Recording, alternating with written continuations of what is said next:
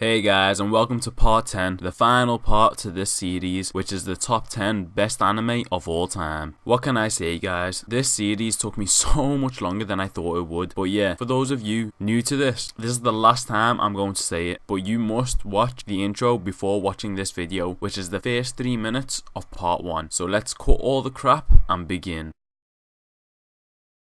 In number 1.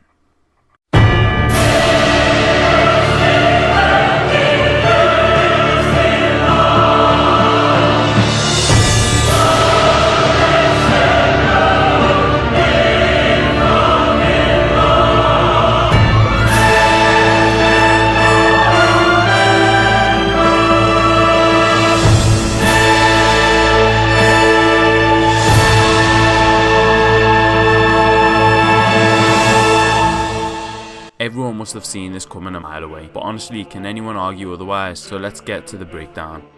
The premise. Death Note has the most simplest premise I think in anime. Like, it's so easy to grasp. Just a 17-year-old, extremely intelligent boy living in Japan in a normal world where death gods are the entities that cause people to die. They do this by writing the person's name in their death note, and there are many rules that you will learn, probably off by heart by the end of the series. That is all there is to it. It is honestly that simple. It probably gets a rating of 8 out of 10 simply because it's not something too simple that you dismiss, but not super unique that'll make you jump at it unless someone tells you the plot.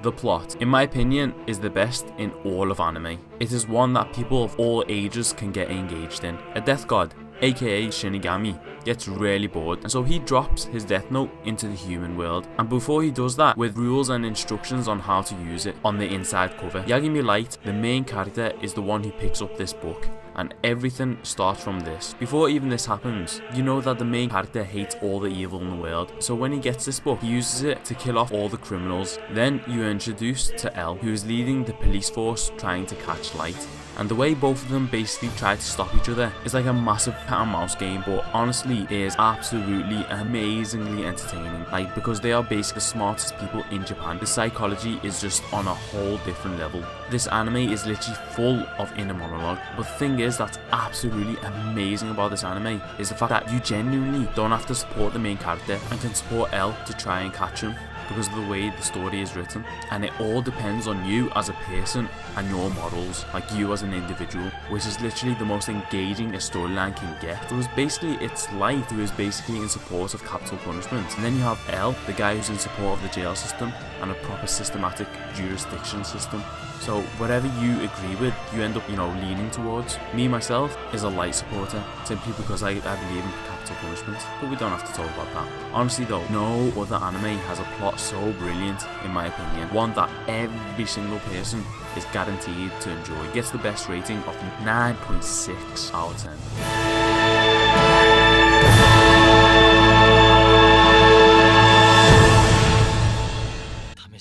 The characters. Okay, when it comes to this anime, you've got the development of Light and L on a whole different level to literally every single character in the anime. Like, their development gap in comparison to the other characters, the greatest I think out of any anime I've ever watched. And these two, whoever you like more, would literally be in every single person's top 3 best characters of all time, without a doubt. I've already talked about how amazing Light is as a character in my top 10 best characters of all time, so I'll briefly talk about L here, without spoiling much. He's just one of the most unique characters you'll find. So super intelligent and yet such a social orc. His straight up attitude is literally the complete opposite to Light's deceptive personality, which is why he's so great. Let's talk about the other characters, because honestly I don't reckon people praise him enough, and in my opinion Aizawa is easily the best character in the anime after them two. He gives it his all, and he's just, I don't know, such a man. It's hard to describe him, but I think he is the most relatable and understandable character in Death Note, and he undergoes the most development out of them all, I think. The other characters in the series are good to subpar, and then there are other characters that I won't mention till later into this view, because they're only introduced after major spoiler moments. So yeah, because you've got literally some of the best characters in anime, and then you've got really meh type characters, the rating of this has to be like, it's still leaning towards the high end, just because I can't describe to you, if you have not watched Death Note, how good Light and L are. but it gets a rating of about 8.9 out of 10. The character design. The characters have, after Monster, I think the best design, like a really good realistic look to them. Honestly, not much to comment on this section for Death Note, apart from the fact that all the characters do look different, but not stupidly different. It's a nice contrast of looks, and since it's just the normal human world, it is done quite really well, and the Shinigami do look the part as well, so it gets a rating of about 9 out of 10. The animation plus OSTs. This is super solid. Like super solid, as literally more than 99% of the scenes are just dialogue heavy or inner monologues, yet the moments with action, they animate it really brilliantly, considering that this anime is almost 10 years old, and the OSTs, without a doubt, you'll remember at least 3 of them, like for the eternity of your anime life. They are just so memorable, especially L's theme, since it's so similar to the Exorcist theme, and they always play at the right time, like just brilliantly played. But the main soundtrack for Death Note can only be described as absolutely epic. It gets a rating of 9.1 out of 10. The level of entertainment. This anime, I don't know why, but I'm like 50-50 when it comes to how addictive it is. As for me, I felt like it's so dialogue heavy that your head feels so smashed up after like watching 3 episodes in a run. So I feel like you're limited to watching only a few a day, you get what I mean? But I know some who smashed the whole series in just 3 days, and I can fully understand why you do that, because it is so gripping and it's so bloody intense, you just want to know what happens. There's not a single episode in it where you just feel satisfied leaving it there. You do just want to find out what's going to happen, like what is going to happen. There are only like a few episodes that end on an intense cliffhanger, but each episode ends in a way that you just want to watch more. You really just want to see who gets who first. That's the main thing. And I've got to speak about a period in the anime around episode 15ish to around episode 24ish, give or take 1 or 2 episodes, where I know so many people stopped watching, and I kind of understand, but yeah, I don't understand, like, because in this period it is really quite confusing and it's not clear at all as to what's actually happening. You're just left there, even though you want to watch the next episode, you're still like confused, like, well, I don't get what's happening.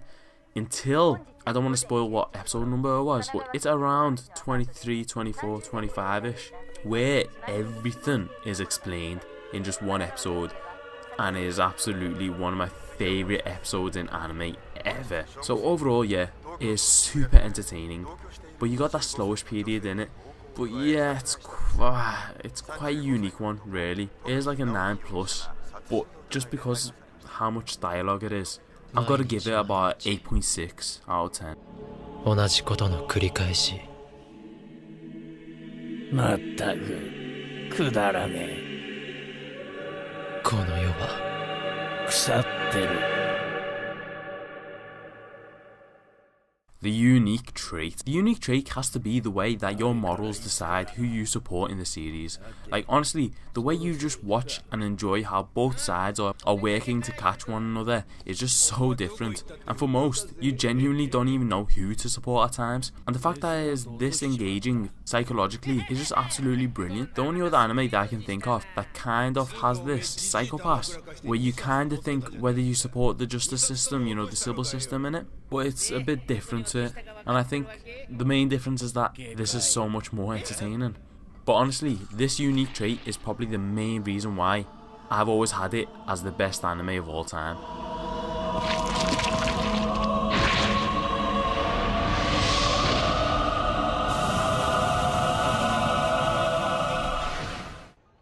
The audience range.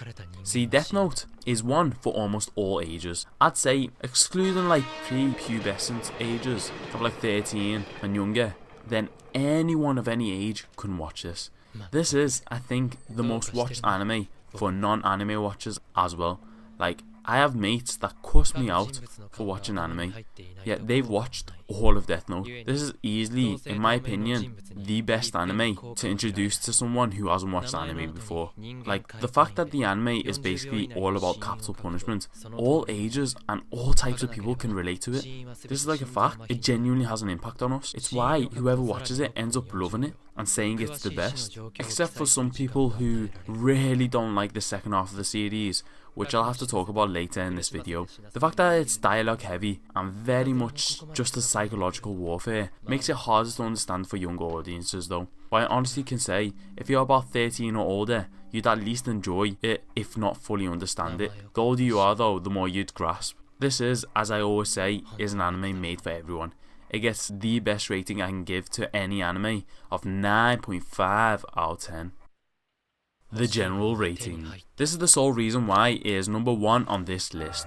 This anime without a doubt is most people's best anime ever. Like, please understand what I mean by that statement. Like, I don't mean is everyone who watches it straight away their best anime. But say if we did a tally of every single person who has watched anime, whether it be one or hundreds, the amount of people that would put this as their best anime ever would easily top that tally chart. I can easily say this because of the amount of anime websites and anime videos out there where the majority of the people rate it as the best. It always has some of the most votes on all websites, as it is easily one of the most popular anime ever created. On my anime list, it is ranked number 1 in popularity and has 758,000 people voting, which gave it a rating of 8.75. And on IMDb, it has a rating of 9.0 with over 90,000 people voting. Like, it's hard to grasp how large this anime is.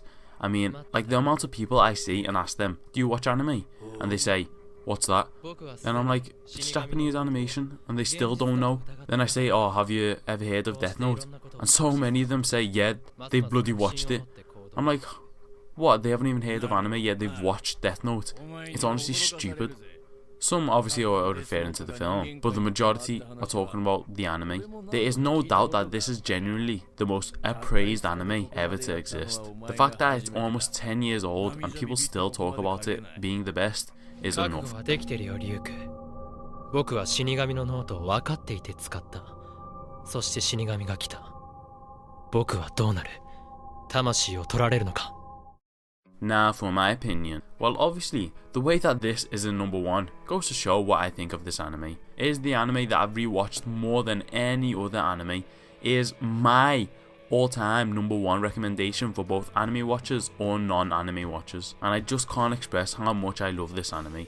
It's just so bloody excellent. And I've got to say, I love the ending. It is up there with my absolute favourite endings, as it is a fully conclusive ending of the storyline, and there's not many anime that can do that, where literally they tie every single knot.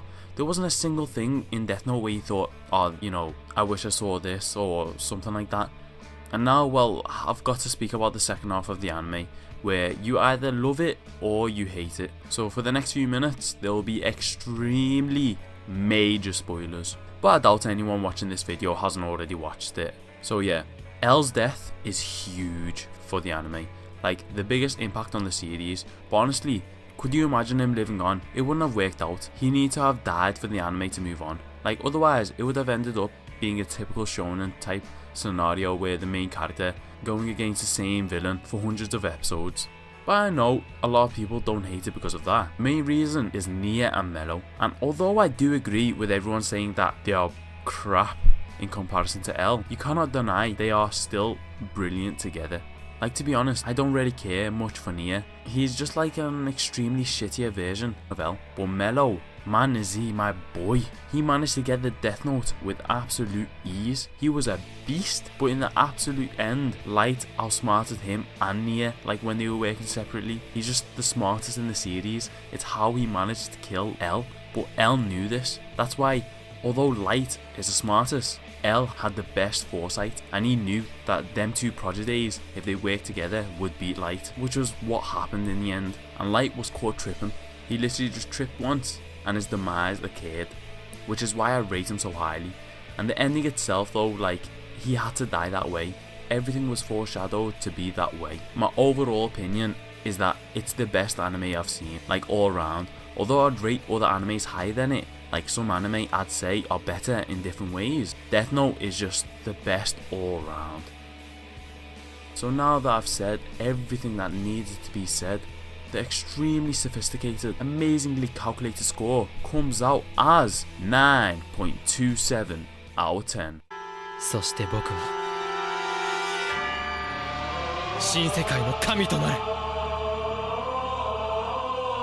やっぱり人間って面白い。